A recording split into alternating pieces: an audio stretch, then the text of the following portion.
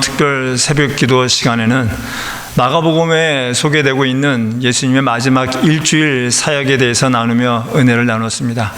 그래서 오늘 부활주일을 맞이하면서 오늘 말씀 또한 마가복음에 있는 부활의 말씀을 나누고자 합니다. 사복음서 모두에는 예수님의 십자가 고난과 죽으심과 부활의 사건들을 소개하고 있습니다. 그러나 각 복음서마다 조금씩 다름이 있습니다.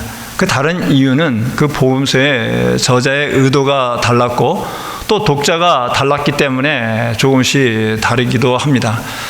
그러나 그 다름 가운데서도 각 복음서가 모두 동일하게 반드시 소개해야 할 중요한 것이라고 여기는 공통된 내용들이 있습니다.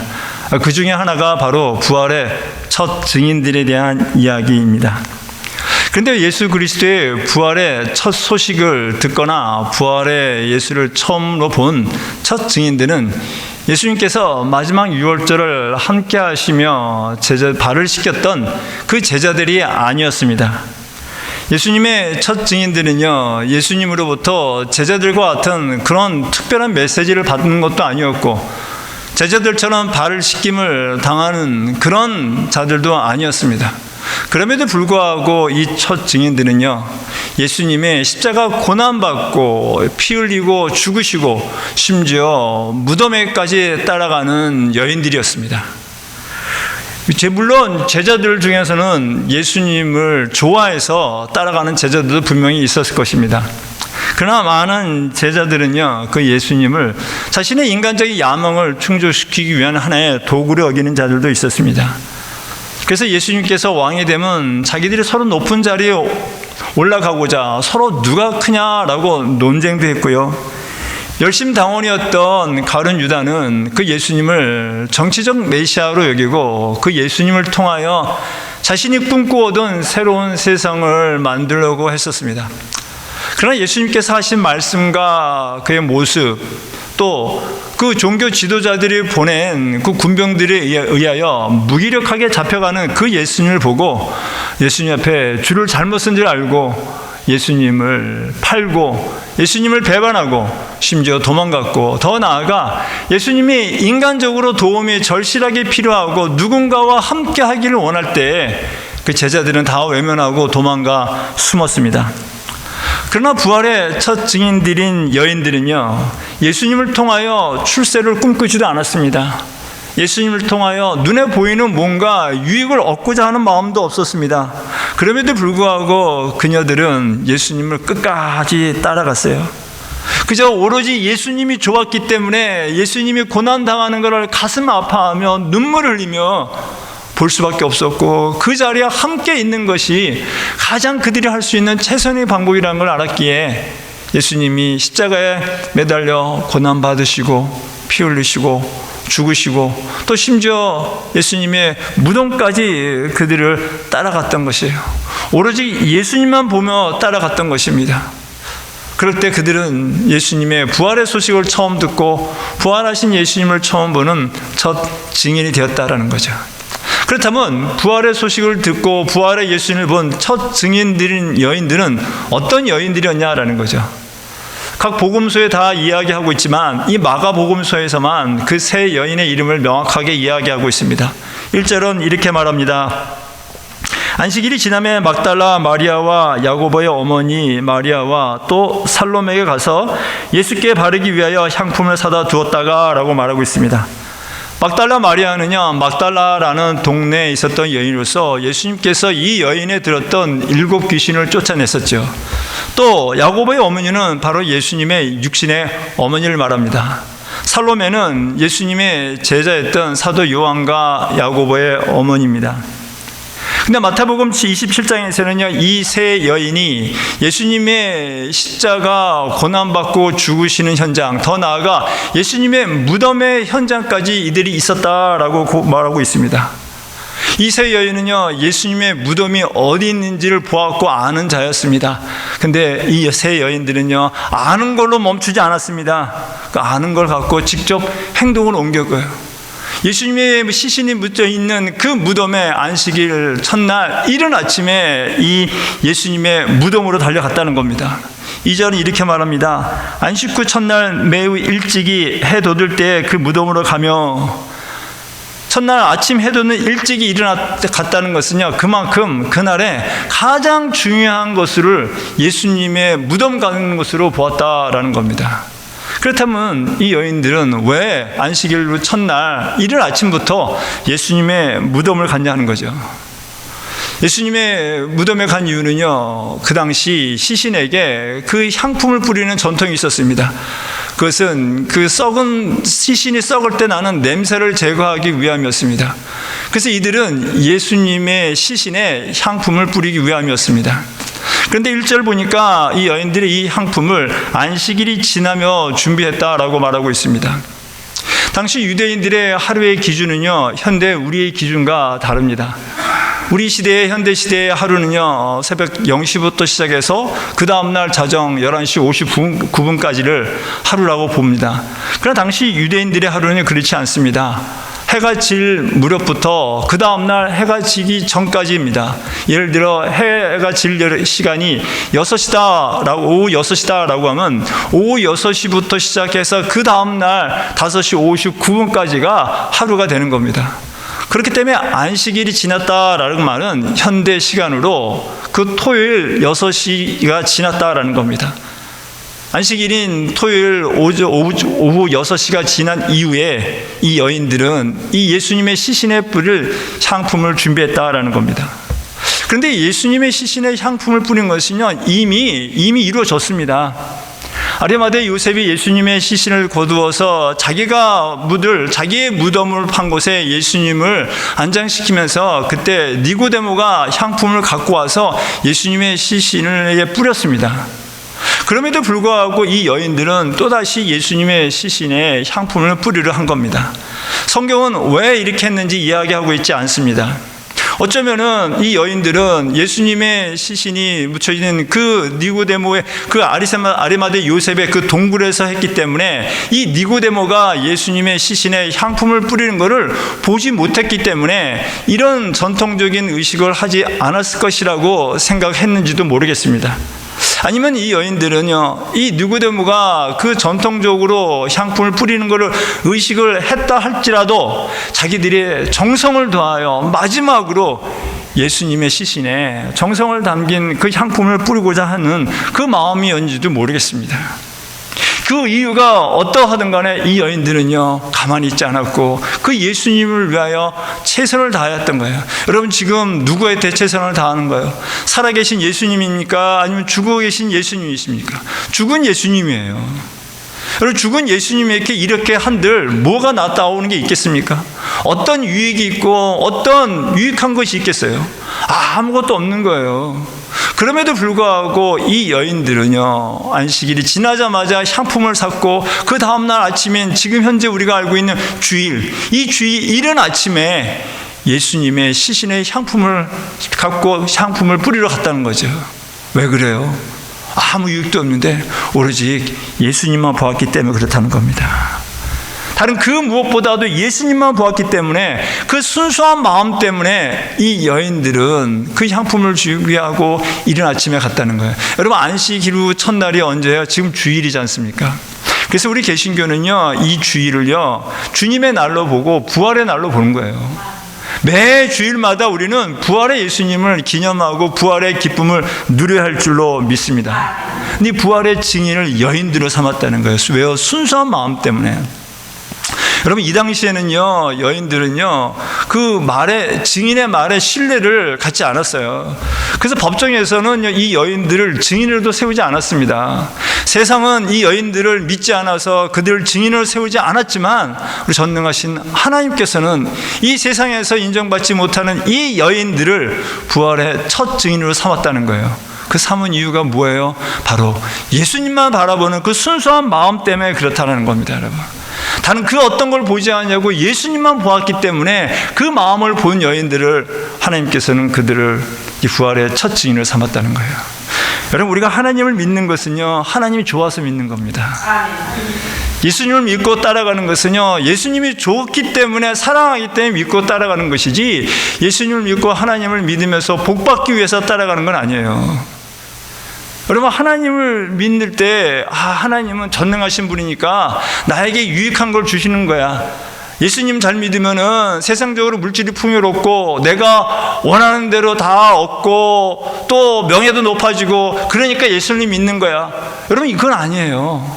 이걸 복이라고 보시면 안 됩니다. 물론 이게 복이 아니라는 건 아니에요. 하나님을 믿으면요, 물질의 풍요도 얻을 수 있고 내가 원하는 걸 얻을 수도 있고 세상적인 명예도 얻을 수 있습니다. 하나님이 주시는 복 중에 하나님의 틀림은 없습니다. 그러나 그것만이 아니라는 거죠. 더 나아가 우리가 하나님을 믿고 나아갈 때 이런 것들 때문에 하는 건 아니라는 거예요. 하나님께서 우리에게 주신 진정한 복은요, 우리가 하나님을 나의 아바 아버지라고 부를 수 있는 거예요. 예수 그리스도를 나의 구주로 믿을 수 있는 겁니다, 여러분. 여러분, 지금 이 세상에 예수 그리스도가 십자가에 죽으시고 부활하셨다는 걸 아시는 분들 많아요. 아마 거의 모든 사람들이 그런 건 지식적으로 알 겁니다. 그러나 지식적으로 안다고 하더라도 믿는 분들은 많지 않아요.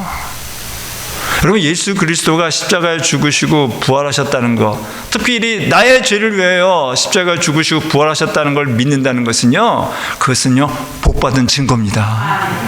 하나님의 은혜가 없으면요, 이걸 받아들일 수가 없는 거예요. 인정할 수 없는 거예요. 하나님의 은혜가 임하면요, 은혜의 복이 임하면은 다른 그 어떤 것이 보이지 아니하고 하나님만 보이는 거예요. 예수님이 보이는 거예요. 그 보이는 것뿐만 아니라 보일 때 기쁨이 넘치고 평안이 넘친다는 겁니다, 여러분. 여러분, 우리 요즘 제자 훈련하는 거 아시잖아요. 제자 훈련도 하고 성경 공부도 합니다. 그 성경 공부하면서 이게 하면서요, 우리 성도님들이 많은 은혜를 받고 있어서 정말 하나님께 감사를 드립니다. 근데 은혜 받는 분들은요, 공통점이 있거든요. 근데 여러분들이 그런 말씀 하시더라고요. 예전에는 그냥 지나가던 자연들이 그냥 자연으로 보이지 않냐고 그 속에 있는 하나님이 보이더라는 거예요. 하나님의 전능하심과 창조하심과 그 하나님을 임재를 경험하게 된다는 거예요. 더 나아가 이전에는 눈에 보이는 일들이 닥치면요, 그저 근심하고 염려하고 불평불만했었는데 이제는 근심 걱정 염려가 아니고 마음의 평안이 있다는 거예요. 여러분, 이 은혜 받는 분들의 공통점입니다, 여러분. 은혜 받으면요, 눈에 보이는 것 속에 그것만 보는 것이 아니라 그 속에 숨겨져 있는 하나님을 보게 되는 거예요. 하나님만 바라볼 때 우리는요, 복받은 자가 되고 따라갈 수 있다는 거예요. 여러분, 이걸 하나님이 보지 아니하고 일만 보면요, 지치게 되고 포기하게 되는 거예요. 여러분, 하나님 믿는다고 해서 복받기 위해서 하나님 믿고 또 교회 생활도 합니다.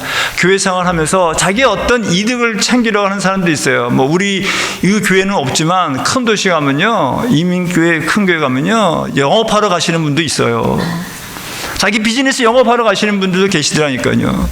이런 분들이 처음에 비즈니스가 되니까 열심히 하죠. 자기가 원하는 대로 되니까 열심히 생활합니다.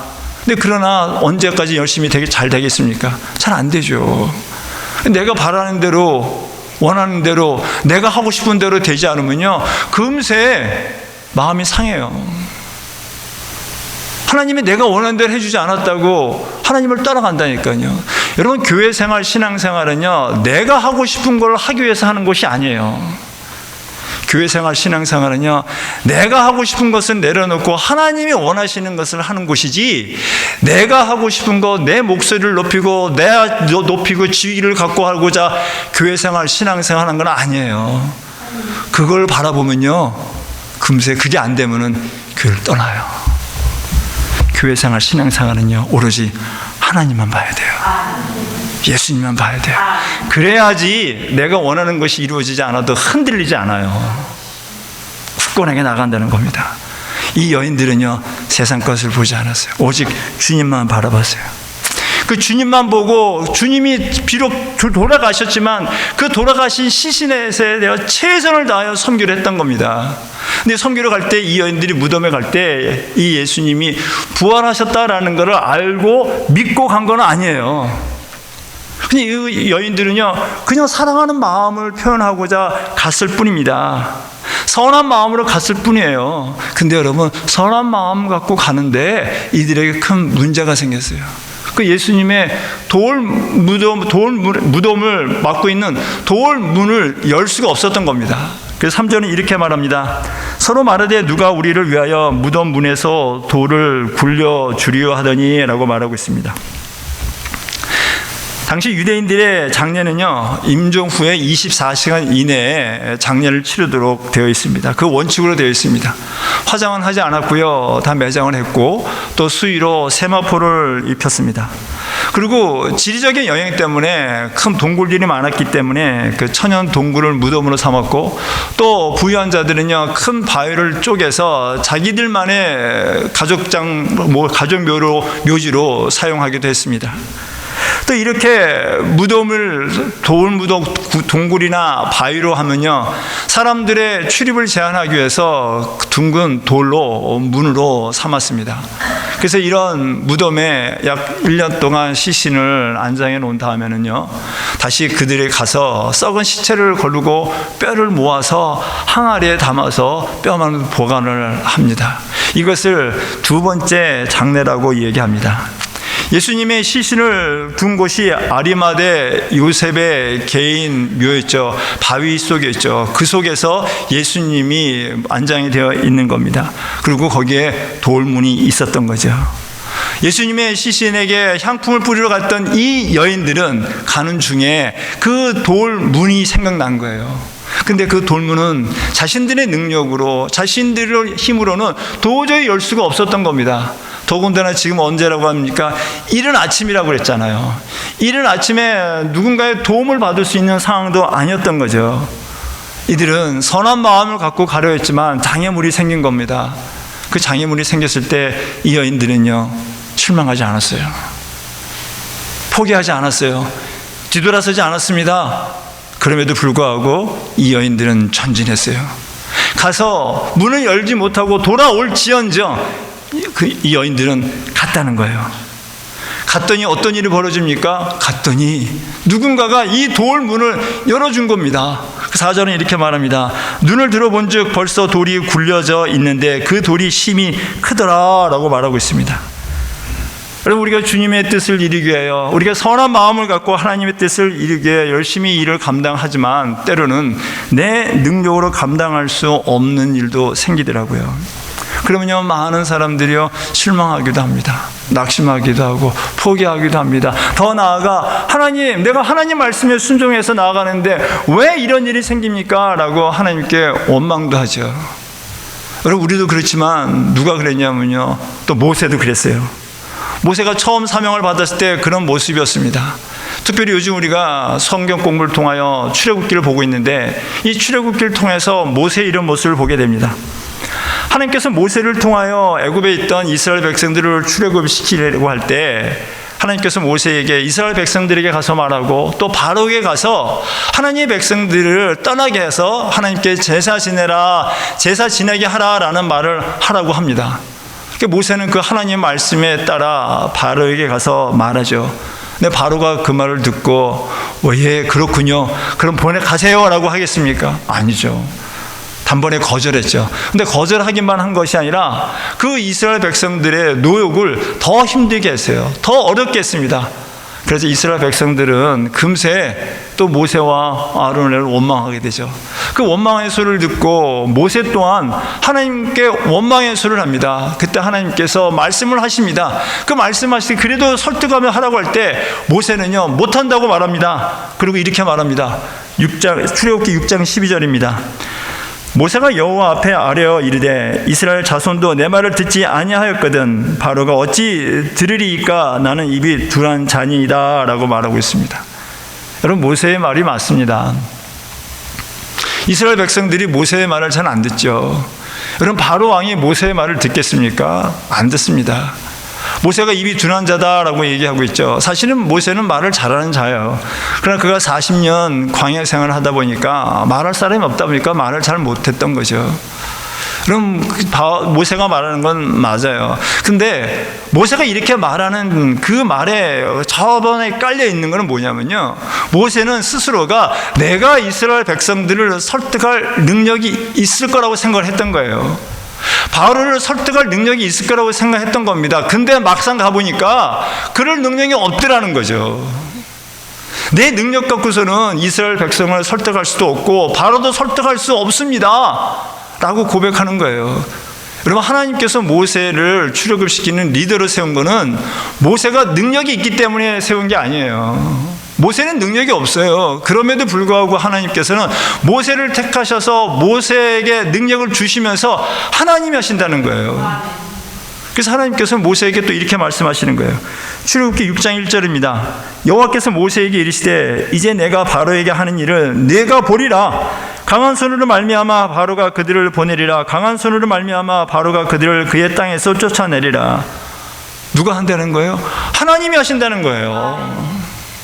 하나님이 하시니까 모세에게는 넌 그냥 보라는 거예요. 하나님께서는 모세가 하나님이 하라고 한 말만 전하기를 원하는 거예요. 모세의 능력으로 뭔가 어떻게 하라고 그걸 원하는 게 아니에요.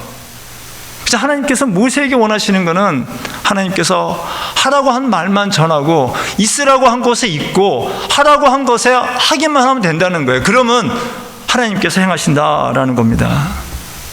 우리도 마찬가지예요, 여러분. 우리 하나님을 믿고 따라갈 때, 말씀에 순종하며 나아갈 때 열심히 하려고 합니다. 내 능력으로 하려고 합니다. 근데 내 능력으로 감당할 수 없는 것들이 너무 많더라고요. 내 능력으로 할 수 있는 것보다 할 수 없는 게 너무 많아요, 여러분. 여러분, 건강 문제 내 마음대로 할 수 있습니까? 재정 문제 내 마음대로 되시던가요? 그리고 관계 여러분 내 마음대로 되시던가요? 법적인 문제 내 마음대로 되시던가요? 자녀들 문제 여러분이 원하는 대로 되시던가요? 여러분, 내 마음대로 내 능력 되는 게 한두 안 되는 게 너무 많아요. 여러분, 심지어 설교도 그렇고 목회도 그렇더라고요. 목회를 하면 할수록요, 내 능력으로 안 되더라고요. 설교도요, 마찬가지더라고요. 말씀 전하는 것도요, 내 능력으로 안 되더라고요. 그저 선포하는 것 뿐이에요. 선포하면 하나님께서 하시더라고요. 그래서 들으시는 분들에게 은혜를 주셔서 은혜가 되어 감동되게 하시잖아요. 목회도 그냥 하는 거예요. 저는 분명히 말씀드립니다. 제가 은혜를 줄 수 있는 능력이 하나도 없고요, 여러분의 가망 감동시킬 수 있는 능력도 하나도 없습니다. 저는 그저 하나님께서 일하시니까 여러분들이 하나님을 경험할 수 있는 그 기회를 제공하는 것 뿐이에요. 저는 오늘도 성찬 가운데 그랬고 앞으로도 우리 성도님들을 세워주고 싶어요. 기회를 드리고 싶어요. 여러분, 그 기회를 잡는 건요, 여러분이에요. 아무리 기회를 줘도 여러분이 안 잡으시면요, 안 돼요. 일단 잡아보시라니까요. 잡아보시면 하나님의 일하심을 직접 경험해요. 하나님의 능력을 경험한다는 겁니다, 여러분. 이 여인들은 그런 능력을 경험한 거예요. 결국 이 여인들은 믿음으로 간 거예요.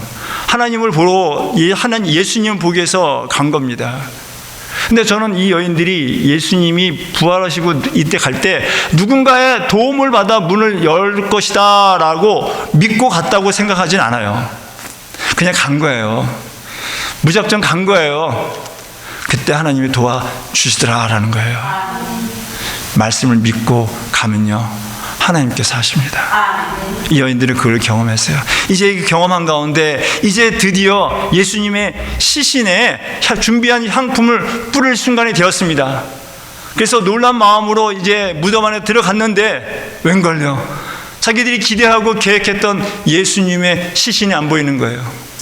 예수님의 시신이 안 보이는 가운데 그 흰 옷 입은 청년이 그 앞에 있으면서 있는 걸 본 겁니다. 얼마나 놀라겠어요. 당연히 놀라죠. 근데 더 놀라운 거는 이 청년이 이 여인들에게 예수님이 여기 없다는 거예요. 부활하셨다는 거예요. 그리고 뭐라고 그래요? 예수님이 제자들에게 한 말이 있으니까 갈릴리에서 만난다라는 말을 하라는 거예요. 그 5절부터 7절입니다.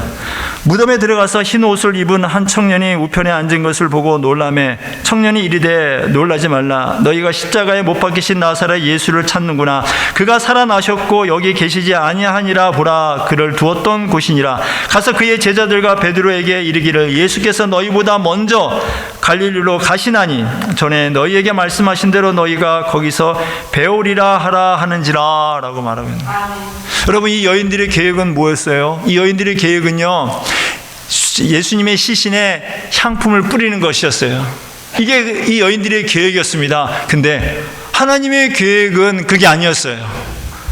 하나님의 계획은요, 이 여인들이 예수님의 시신에 향품을 뿌리는 것이 아니라 예수님의 부활의 소식을 전하는 것이 하나님의 계획이었던 거예요.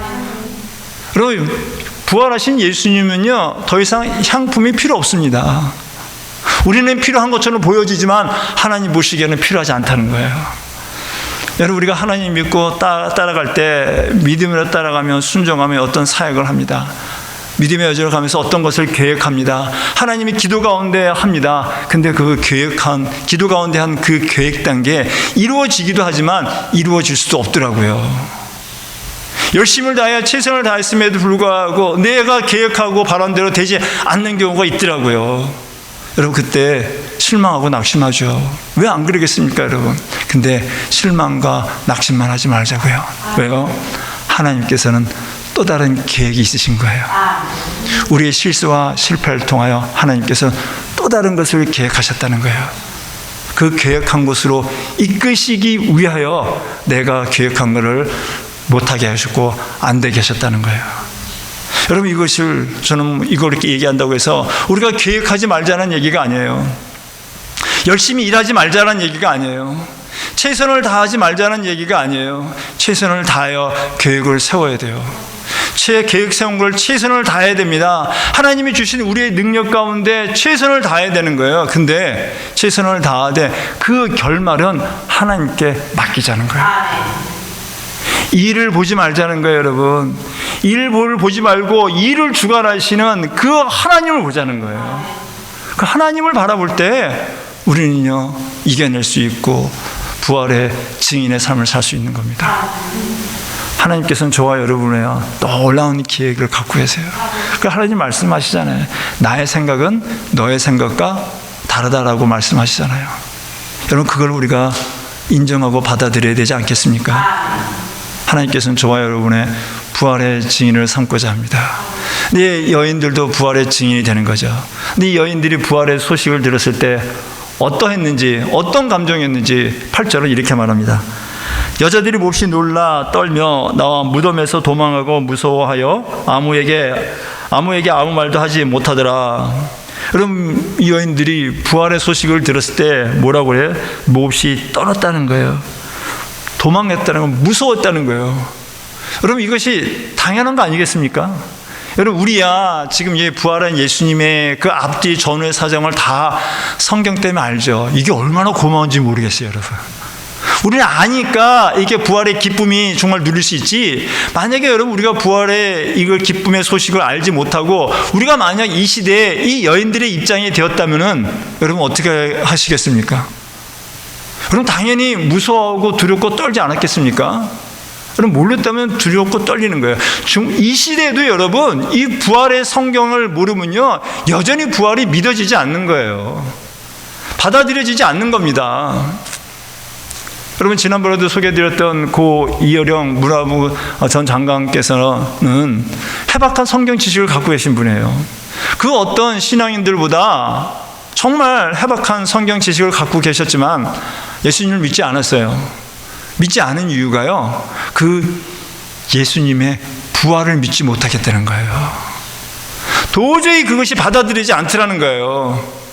근데 그분이 74세가 되어서는 세례를 받았어요. 근데 단순히 지식이 아니라 신앙으로 받아들였기 때문에 예수님의 부활을 받아들이게 되고 믿어지게 되면서부터 이분이 새롭게 변화되었다라는 겁니다. 여러분, 부활의 소식이 처음부터 받아들이는 건 쉽지 않아요. 그 이상한 거예요, 여러분. 이상한 거예요. 근데 여러분, 이상한 것을 여러분들 하시잖아요. 왜요? 은혜 받은 분들이기 때문에요. 복 받은 분들이기 때문에 그렇습니다. 근데 여러분, 이 은혜, 이 받은 복 나만 누리라고 준 게 아니잖아요. 이 주신 복, 은혜의 복은요, 나누라고 한 거예요. 부활의 그리스도를 증거하라고 주신 겁니다. 일상의 삶 속에서 우리가 예수 그리스도를 믿음으로 말미암아 부활의 기쁨을 누림으로 말미암아 우리 주변 분들에게 입술로서 우리의 삶으로서 기뻐하며 감사하며 예수 그리스도를 믿고 따라가는 그 제자의 삶을 살아가는 것이 바로 부활의 증인의 삶이라 믿습니다. 이번 한 주간도 우리의 삶이, 우리의 환경이 어떠하든 간에 그 모든 걸 주관하시는 하나님만 바라볼 수 있게 바랍니다. 예수님만 바라볼 수 있게 원합니다. 그래서 예수님만 바라보면서 기쁨, 부활의 기쁨을 누리며 승리하고 복음을 전하는 참된 제자의 삶을 사는 저와 여러분 되어지시기를 간절히 축원합니다.